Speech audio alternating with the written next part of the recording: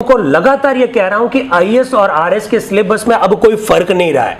3 साल पहले आईएएस का पैटर्न अलग था, आरएस का पैटर्न अलग था। जिन विद्यार्थियों को आरएस बनना होता था वो कभी भी आईएएस को टच नहीं करते थे, क्योंकि दोनों एक दूसरे के खिलाफ में थे। दोनों अलग, एक नॉर्थ था तो एक ईस्ट था, दोनों अलग अलग ध्रुव हुआ करते थे। लेकिन आजकल आरएस और आईएएस का सिलेबस काफी एक हो गया है, लगभग एक हो गया। तो ऐसी स्थिति में दोनों की तैयारी साथ साथ में की जा सकती है। इनका जो प्रश्न है कि इतने सारे एग्जाम है तो हम लोग कैसे तैयारी करें, तो ऐसी स्थिति में आपको पहले 7 एग्जाम है, समझ लीजिए आपके सामने 7 विकल्प खड़े हैं। आप कोशिश कीजिए इस बात की कि 7 में से 3 एग्जाम तो कम से कम ऐसे होंगे जिनका पाठ्यक्रम, जिनका सिलेबस 90% सेम होगा। इस बात की आप कोशिश करें। और दूसरी बात, जो 4 एग्जाम एक्स्ट्रा है, तो आप मुझसे एक प्रश्न पूछोगे कि क्या 3 एग्जाम ही दें हम लोग, 4 एग्जाम एक्स्ट्रा जो एक्स्ट्रा है जिनका पाठ्यक्रम आपके पाठ्यक्रम से नहीं मिलता उस एग्जाम को नहीं दें। मैं ये नहीं कह रहा हूं। आप कोशिश करें कि जिन एग्जाम्स के पाठ्यक्रम एक जैसे, पहले तो उसकी बहुत ढंग से तैयारी कर दें, और इसके बाद में जो दूसरे पाठ्यक्रम के जो दूसरे एग्जाम है जिसका पाठ्यक्रम थोड़ा सा अलग है, अलग कितना हो सकता है, 20 से 25% के अलावा ज्यादा अधिक अलग नहीं हो सकता है। तो उस 20 से 25% जो पाठ्यक्रम है उसको आप बाद में पढ़ें। मैं एक अपना अनुभव आपके सामने साझा करता हूं, और मुझे कभी भी इस बात को बताते समय संकोच महसूस नहीं होता है, किसी भी प्रकार की मुझे शर्म नहीं आती है। मैंने एमए पब्लिक एडमिनिस्ट्रेशन में किया था 2003 में, और आपको स्पष्ट बता देता हूं 6 बार नेट का एग्जाम दिया, 6 बार, 6ठी बार नेट का एग्जाम पास किया। आप मुझसे कहेंगे इतने बड़े फेलियर हो क्या आप? हाँ, इतना बड़ा फेलियर हूं भाई। पॉलिटिकल साइंस में फिर मैंने एमए की दूसरी बार, और दूसरी बार जब नेट पास की तो एमए प्रीवियस में होते होते ही नेट और जेआरएफ दोनों का एग्जाम पास कर लिया। यानी एग्जाम एमए पूरा नहीं किया उससे पहले नेट और जेआरएफ का एग्जाम पास हो गया। क्या कारण क्या था? अपना एक अनुभव साझा कर रहा हूं। जो बात मैंने अभी आप लोगों को कही कि आप पहले कॉमन सिलेबस को टालिए, ऐसी कौन कौन सी बातें हैं जो तीनों चारों एग्जाम में कॉमन है, पहले उसको पढ़ लीजिए, और जो एक्स्ट्रा है उसको बाद में पढ़िए। मैं अपना अनुभव जो साझा कर रहा हूं उसको बड़ा ध्यान से सुनना। पॉलिटिकल साइंस, राजनीति विज्ञान, अगर आपने कभी पढ़ी हो तो राजनीति विज्ञान में 5 चीजें होती है। एक थ्योरी होती है, राजनीति विज्ञान के सिद्धांत होते हैं, एक तुलनात्मक राजनीति होती है, एक अंतर्राष्ट्रीय राजनीति होती है, एक उसमें लोक प्रशासन होता है, और एक उसमें संविधान होता है, भारत का संविधान। पॉलिटिकल साइंस में जब मैंने नेट जेआरएफ का एग्जाम किया, ईमानदारी से बता रहा हूं, मैंने जब वो एग्जाम देने गया था तब मुझे सिलेबस का केवल 70% हिस्सा आता था। यानी मैं पेपर में केवल 70% हिस्से को ही अटेंड करने की पोजीशन में था। लेकिन मुझे इस बात की पूरी जानकारी थी कि ये जो 70% जो पोर्शन है वो मुझे बहुत ढंग से आता है। इंडियन कॉन्स्टिट्यूशन में बहुत ढंग से पढ़ के गया था, अंतर्राष्ट्रीय राजनीति में बहुत ढंग से पढ़ के गया था, और साथ ही साथ में मैं पढ़ के गया था पब्लिक एडमिनिस्ट्रेशन। यानी तुलनात्मक राजनीति और राजनीति विज्ञान के सिद्धांत क्या है मैंने उसको टच भी नहीं किया। और इवन अगर आप मुझे आज जयनारायण व्यास विश्वविद्यालय में असिस्टेंट प्रोफेसर होने के बावजूद भी अगर आप मुझसे पूछोगे कि अरस्तु की किताब का नाम क्या है, तो मुझे एक किताब का तो नाम पता है, दूसरी किताब का नाम भी पता नहीं है। इसका मतलब क्या था? इसका सीधा सा मतलब यह था कि आप जिस एग्जाम की तैयारी कर रहे थे आपने उस रणनीति बनाई, और रणनीति क्या बनाई कि एग्जाम में प्रश्न जो आते हैं 100 प्रश्न आते हैं और 52 से 55% पर मेरिट छूटती है। आप 70% को इतना जमकर पढ़ लो, इतना जमकर पढ़ लो कि उनमें से एक भी प्रश्न गलत नहीं होना चाहिए। 30% बड़े पोर्शन को मैंने छोड़ दिया था, और वो ट्रिक सफल रही, और नेट और जेआरएफ दोनों एग्जाम एक साथ में क्रैक हो गए। ऐसा आप भी कर सकते हैं। आप जब हिस्ट्री पढ़ते होंगे, आप जब संविधान पढ़ते होंगे, आपको जब साइंस पढ़ाई जाती होगी, आपको जब मैथ्स पढ़ाया जाता होगा, तो हर विद्यार्थी, हर व्यक्ति हर विषय का एक्सपर्ट नहीं हो सकता है। आपको 5-7 सब्जेक्ट जब पढ़ाए जाते हैं तो हो सकता है आपकी मैथमेटिक्स, रीजनिंग बहुत कमजोर हो सकता है कि आपकी साइंस बहुत कमजोर हो। देखिए, मेरा अनुभव तो यह कहता है कि जो विषय आपका कमजोर हो उसको छोड़ दीजिए, लेकिन छोड़ने के साथ साथ में जो बाकी वाले जो विषय हैं, 6 विषय थे उसमें से एक छोड़ दिया आपने, पीछे जो 5 बचे हैं उन 5 विषय पर जमकर जोर लगाइए, दम लगाकर जोर लगाइए, और कोशिश इस बात की कीजिए कि इन 5 विषय से संबंधित जो भी प्रश्न आए उसमें से एक भी गलत नहीं जाना चाहिए। एक विषय जो नहीं आता, इकोनॉमिक्स नहीं आती है, चलो मैं इकोनॉमिक्स की तरफ ही नहीं देखूंगा, क्योंकि प्रॉब्लम क्या होगी पता है? प्रॉब्लम ये होगी कि जो विषय आता नहीं है उसमें आप पढ़ने की कोशिश करोगे, टाइम खराब होगा, और सवाल जब आएंगे सवाल आप एक भी सही कर नहीं पाएंगे एग्जाम में, उसमें समय भी चला गया अपना और सिलेक्शन भी होगा नहीं। और बाकी वाले जो अच्छे सब्जेक्ट्स थे उसमें अगर सही वक्त दिया होता, पूरा वक्त दिया होता, ज़्यादा वक्त दिया होता, तो सिलेक्शन की गुंजाइश बढ़ जाती। मैंने मेरा अपना उदाहरण दिया कि 30% बड़े पोर्शन को छोड़कर मैंने एग्जाम दिया था। आप भी ऐसा कर सकते हैं। एग्जाम रणनीति है, एग्जाम आपकी मेरिट का, आप में कितनी योग्यता है उसका मूल्यांकन नहीं है। एक चीज़ आपको और बताता हूँ, हालांकि आपके तो ये ऑब्जेक्टिव टाइप की चीज़ें हैं, सारे प्रश्न ऑब्जेक्टिव आते हैं। आरएस और आईएएस में जब मेंस के जब एग्जाम देते हैं, ऐसे बहुत सारे विद्यार्थियों को देखा है हमने जो जिनका विषय ज़्यादा क्लियर नहीं था, लेकिन उनको सफलता मिली, क्योंकि उन्होंने बहुत ढंग से जब मेंस का जब वो पेपर लिखते हैं, कहाँ पर उन्होंने हाईलाइट करना है, कहाँ पर उसको अंडरलाइन करना है, कहाँ पर उसको डायग्राम बनाना है, डायग्राम बना के परोसते हो आप, हाईलाइट करके चीज़ को परोसते हो, और दूसरा व्यक्ति जो है बहुत अच्छा ढंग से जानता है लेकिन सीधा सीधा लिखता है। एग्जामिनर कॉपी चेक करते समय जिसके डायग्राम बना हुआ है, जिसका हाईलाइट किया हुआ है, उसको प्राथमिकता देंगे। सर को बहुत अनुभव है, सर ने आरएस मेंस के खुद ने एग्जाम दिए। ये सब ट्रिक्स हैं, ये ट्रिक्स ही तो यहाँ पर कोचिंग में उपलब्ध करवाई जाती है, ट्रिक्स ही तो आपको बताई जाती है। मैं कोचिंग सेंटर में खड़ा होकर इस बात को कहने में मुझे कोई संकोच महसूस नहीं होता है, कोई भी कोचिंग आपका सिलेक्शन नहीं करवा सकता है। सिलेक्शन तो आपको खुद को ही करना है। इनकी भूमिका कोच की है। कोच का मतलब ये होता है कि आपको पहले से बहुत सारी चीजें पता है, लेकिन आप गलती कर सकते हो। गलती कहाँ कहाँ नहीं करेंगे ये सर बताएंगे आपको।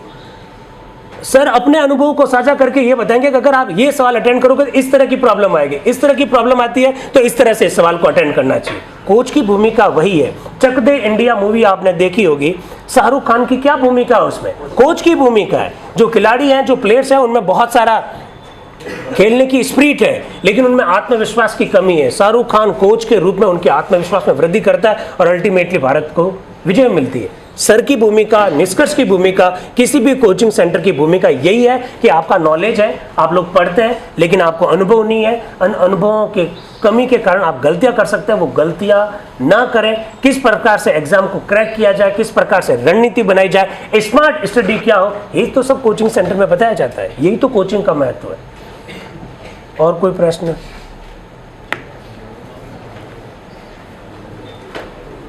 दूसरा प्रश्न भी आपसे ही है, बताइए। मतलब ये किसी नए सब्जेक्ट को तैयार करना है ना, उसमें से कुछ लोग तो बोलते हैं कि अलग-अलग बुकों से पढ़ो कि एक बुक में कांसेप्ट क्लियर नहीं हो पाता है, तो कम समय में ज़्यादा बुकें पढ़े या एक अच्छी बुक से? बहुत अच्छा प्रश्न पूछा आपने, ये भी बड़ा अच्छा प्रश्न है।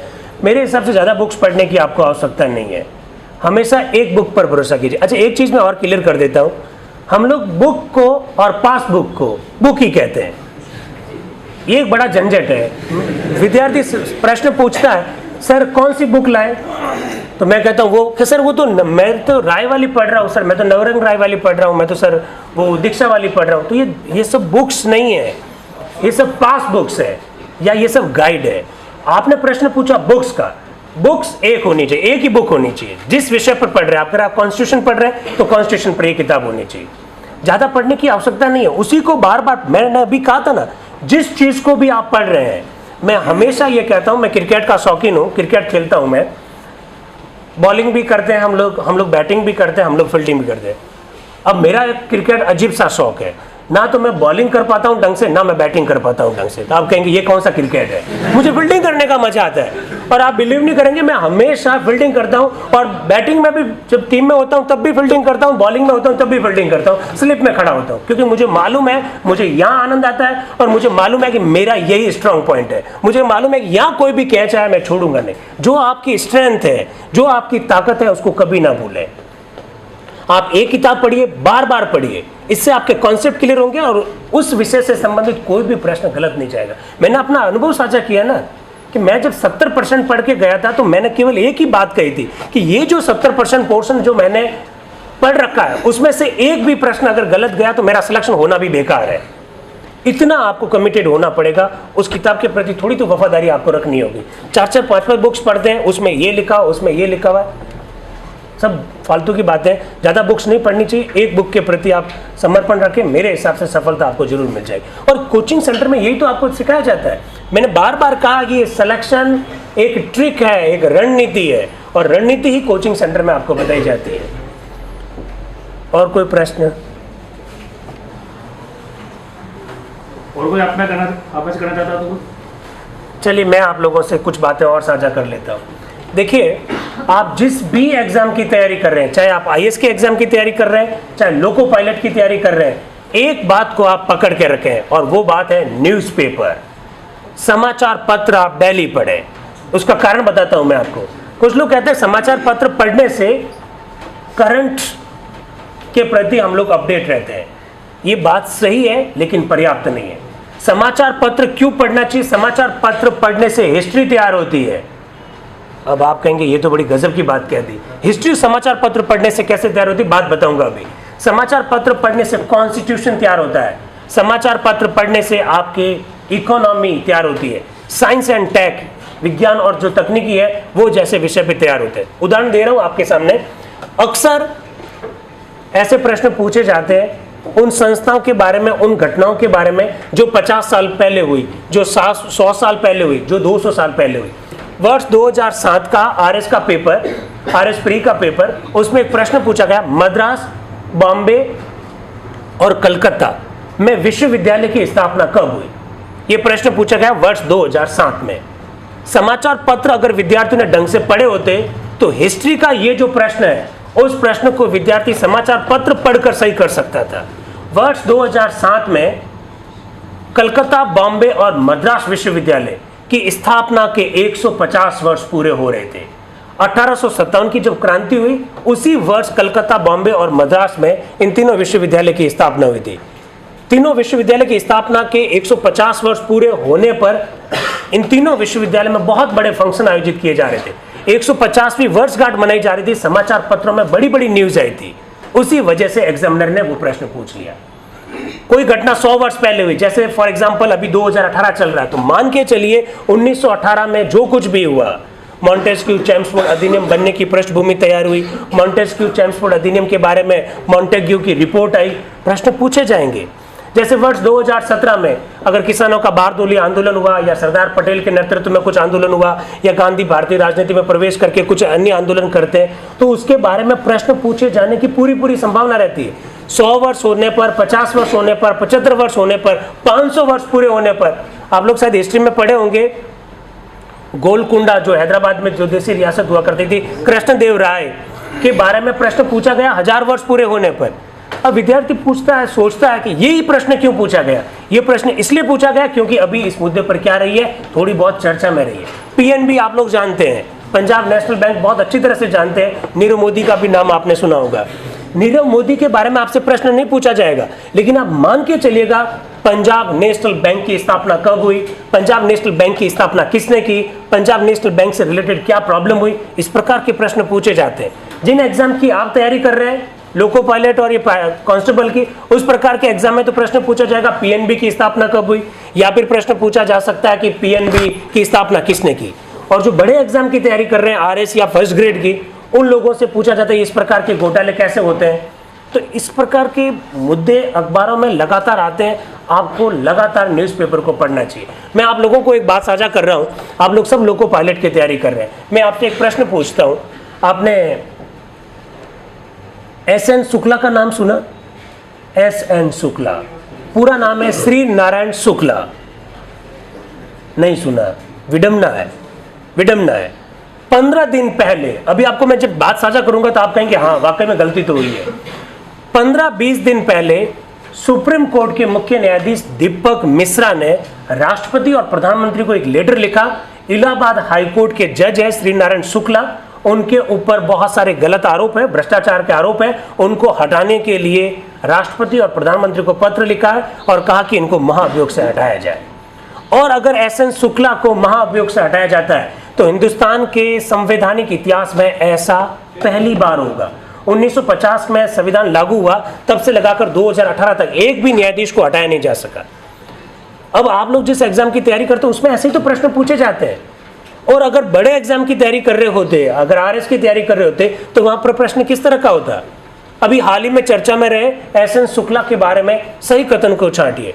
एसएन शुक्ला इलाहाबाद हाईकोर्ट के जज हैं। नंबर 2, एसएन शुक्ला को हटाने के बारे में चीफ जस्टिस ने राष्ट्रपति को पत्र लिखा है। नंबर 3, एसएन शुक्ला के ऊपर कदाचार के आरोप है। नंबर 4, एसएन शुक्ला के बारे में कुछ और बात लिख देते जो असंगत होती। ऐसे प्रश्न पूछे जाते हैं। तो आपको न्यूज़पेपर बहुत ढंग से पढ़ने की आवश्यकता है। एक। दूसरी बात, तृप्ति देसाई का नाम सुना आपने? तृप्ति देसाई, अब देखिए पूरे हिंदुस्तान भर में पिछले 3 वर्षों से एक बहुत बड़ा आंदोलन चल रहा है मंदिरों में महिलाओं के प्रवेश को लेकर। सबरीमाला मंदिर नाम सुना आपने? भूमाता ब्रिगेड, ये सबरीमाला मंदिर, ये शनिधाम मंदिर, ऐसे तो प्रश्न पूछे जाते हैं एग्जाम में। सुनिए आप इसको। अभी हाल ही में चर्चा में रहा सबरीमाला मंदिर, इनमें से कौन से राज्य में स्थित है? पता ही नहीं। अभी हाल ही में चर्चा में रहा शनिधाम मंदिर, कौन से राज्य में स्थित है? ये प्रश्न पूछे जा सकते हैं। सबरीमाला मंदिर हो, शनिधाम मंदिर हो या पीरसा की दरगाह हो, इन सब जगह पर तृप्ति देसाई की एक संस्था है जिसका नाम है भूमाता ब्रिगेड। उस संस्था के नेतृत्व में एक आंदोलन चल रहा है कि मंदिरों में, मस्जिदों में और धार्मिक स्थलों पर महिलाओं के साथ जेंडर के आधार पर, लिंग के आधार पर किसी भी प्रकार का भेदभाव नहीं होना चाहिए। अगर न्यूज़पेपर आप ढंग से पढ़ रहे होते तो इस प्रकार के प्रश्न आते। आपको न्यूज़पेपर में केवल मोदी जी कहाँ गए, नीरव मोदी भाग गया, इस प्रकार की घटना नहीं होती। न्यूज़पेपर बहुत महत्वपूर्ण है। आपको एक बात साझा कर रहा हूँ, आपने शायद नाम सुना होगा लालगढ़। लालगढ़ पश्चिम बंगाल की एक जगह है। वहाँ पर एक बार नक्सलवादी हिंसा हुई, 32-34 लोग मारे गए थे। वहाँ पर नक्सलवादियों ने 32-34 लोगों की हत्या कर दी। कांस्टेबल का पेपर ही था, शायद 2012 या 2013 की पेपर था वो। सीधा प्रश्न आया, अभी हाल ही में चर्चा में रहा लालगढ़ इनमें से कौन से राज्य में स्थित है? पश्चिमी बंगाल। प्रश्न इस प्रकार के आते हैं। तो न्यूज़पेपर को आप बहुत ढंग से पढ़ें। आपको आज से ही शपथ लेनी है कि मुझे न्यूज़पेपर पढ़ना है, और न्यूज़पेपर को किताब के रूप में पढ़ना है। न्यूज़पेपर ऐसा होना चाहिए कि सुबह घर वाले सब पढ़ ले, आप भी कोचिंग से चले जाएं, शाम तक न्यूज़पेपर पूरा का पूरा रंगीन हो जाना चाहिए। हाईलाइट करनी हर बात को। कितना बढ़िया प्रश्न हो सकता है। हाल ही में चर्चा में रही तृप्ति देसाई का संबंध इनमें से कौन सी संस्था से? आस्था से है, आशा से है, भूमाता ब्रिगेड से है या विश्वास से है? ऐसे प्रश्न आते हैं। कितने बढ़िया प्रश्न हो सकते हैं। अभी देखिए न्यूज़पेपर अगर पढ़ रहे होते, ये प्रश्न नहीं हो सकता कि अभी हाल ही में इनमें से कौन से राज्य में चुनाव नहीं हुए, 10 दिन बाद में ये प्रश्न पूछ ले। नागालैंड, मणिपुर, त्रिपुरा, सिक्किम। अब अपने को आइडिया नहीं है। सारी बातें पता होनी चाहिए। कितनी वहाँ पर विधानसभा है, कौन से दल की सरकार बनी है, कौन राज्य का मुख्यमंत्री बना, किस पॉलिटिकल पार्टी को कितनी सीट्स मिली है, राजस्थान में विधानसभा में जो 200 सीट्स है उस पर कितनी महिलाएं हैं, कांग्रेस के पास कितनी सीट है, बीजेपी के पास कितनी सीट है, अभी हाल ही में 3 राज्यों में जो 3 उपचुनाव जो हुआ उसमें कौन जीता, कहाँ पर उपचुनाव हुआ, ये सारे प्रश्न पूछे जाते हैं। न्यूज़पेपर आप ढंग से पढ़ेंगे। और कोई प्रश्न हो तो बताएं। सर आपने अभी बोला कि अच्छी तैयारी करने के लिए निरंतर मतलब रणनीति बनानी पड़ेगी।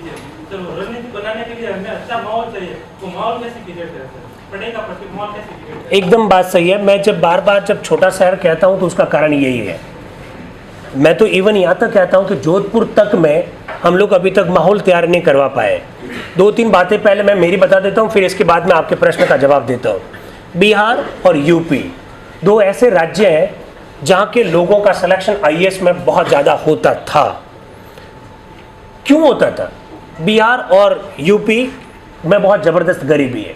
वहाँ से जो ट्रेन आती है, ट्रेन में बैठकर बच्चा दिल्ली आ जाता है और दिल्ली में कोचिंग करता है। वो 1 बोरा आलू का खरीदता है, 1 बोरा चावल का खरीदता है और 8 बाई 8 के रूम किराया लेकर दिल्ली में पढ़ाई करता है। दिल्ली में वो इसलिए आता है बिहार को और यूपी को छोड़कर। दिल्ली में वो माहौल है जहाँ आपको चारों ओर इसी प्रकार के लोग मिलेंगे। आपको जानकर बड़ा ताज्जुब होगा, सर का शायद आरएस में सर ने मेंस दिया तो सर को अनुभव होगा इस बात का। दिल्ली में एक मुखर्जी नगर जगह है। मुखर्जी नगर पर अगर आप चाय की थड़ी पर भी बैठोगे, घंटों विद्यार्थी बैठे रहते हैं। आप कहेंगे कि ये इसका हरगिज भी कहीं पर भी सिलेक्शन नहीं होगा, और मालूम पड़ेगा कि रिजल्ट आया और वो उसने आईएएस टॉप किया, आईएएस में 10वीं रैंक लगी, 20वीं रैंक लगी। घंटों वो चाय की थड़ी पर बैठे रहते हैं और हमारी और आपकी तरफ वो गप्पे घर और की दूसरी बातें नहीं करते। वो सारा दिन ये डिस्कशन करते हैं, सर ये पीएनबी में घोटाला कैसे हो गया, तुम्हारा क्या मतलब है, तुम क्या इस बारे में विचार रखते हो, ये नीरव मोदी का क्या मामला है, ये कोठारी का मामला क्या है, ये रोटोमैक पेन का क्या मामला है। इन सब बातों पर डिस्कशन होता है। वहां पर माहौल है। एक अब आपका जो प्रश्न है उसका जवाब देता हूं, माहौल किस प्रकार से बनाया जाए। देखिए, मैं कोचिंग का ज़्यादा समर्थन नहीं करता, लेकिन कोचिंग हमारे मारवाड़ में या राजस्थान जैसे एरिया में इसलिए ज़्यादा महत्वपूर्ण हो जाते हैं क्योंकि कोचिंग वह जगह है जो आपको दो बातें प्रदान करती है। एक तो कोचिंग आपको माहौल प्रदान करता है,